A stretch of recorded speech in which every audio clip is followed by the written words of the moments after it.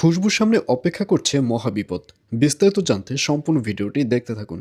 আসসালামু আলাইকুম প্রিয় দর্শক, সবার কি অবস্থা? হাজির হয়ে গেলাম দীপ্ত টিভির নিবেদিত খুশবু নাটকের ৯০তম পর্বে কী সব ঘটতে চলছে তার অগ্রিম খবর নিয়ে।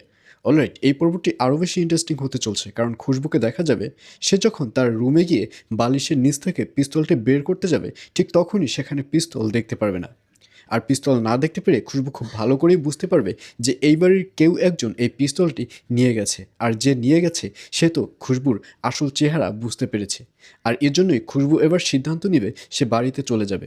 আর এই ব্যাপারটি যখন রিশাদের মার কাছে শেয়ার করবে, তখন রিশাদের মা যেতে নিষেধ করবে। রিশাদের মা বলবে, তুমি এখনই কেন যাবে? এই বলে রিশাদকে ডাকবে এবং এক পর্যায়ে রিশাদও এসে জিজ্ঞাসা করবে যে আপনি এখনই কেন চলে যেতে চাচ্ছেন? আপনি না বলেছিলেন যে আপনার বিপদ শেষ না হওয়া অবধি আপনি যাবেন না? আপনার বিপদ কি শেষ হয়েছে? আর এই কথা শুনে খুশবু বলবে, না, আমার বিপদ এখনও শেষ হয়নি, তবে আমার এই মুহূর্তেই যেতে হবে।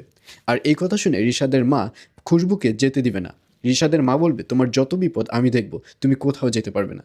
এই বলে রিশাদের মা খুশবুকে রেখে দিবে। আর অন্যদিকে আমজাদের ব্যাংকে যে মোটা অঙ্কের টাকা ঢুকেছে এটার খোঁজ এবার সেতু পেয়ে যাবে এবং সেতুর সাথে সাথে আমজাদকে ফোন করবে। আমজাদকে ফোন করে বলবে, কি ব্যাপার, তুমি না বলেছিলে তোমার কাছে কোনো টাকা নেই? তাহলে তোমার ব্যাংকে মোটা অঙ্কের টাকা কিভাবে ঢুকলো? আর এই কথা শুনে আমজাদ বলবে, আসলে আমি যখন বিদেশ ছিলাম তখন বিদেশে অনেকগুলো টাকা পেতাম, ওই টাকাটাই ব্যাংকে পাঠিয়ে দিয়েছে। তুমি আসার সাথে সাথেই আমি তোমাকে বলতাম, কিন্তু তার আগেই তো তুমি জানতে পেরেছো। এই বলে ব্যাপারটি হাইড করার ট্রাই করবে আমজাদ।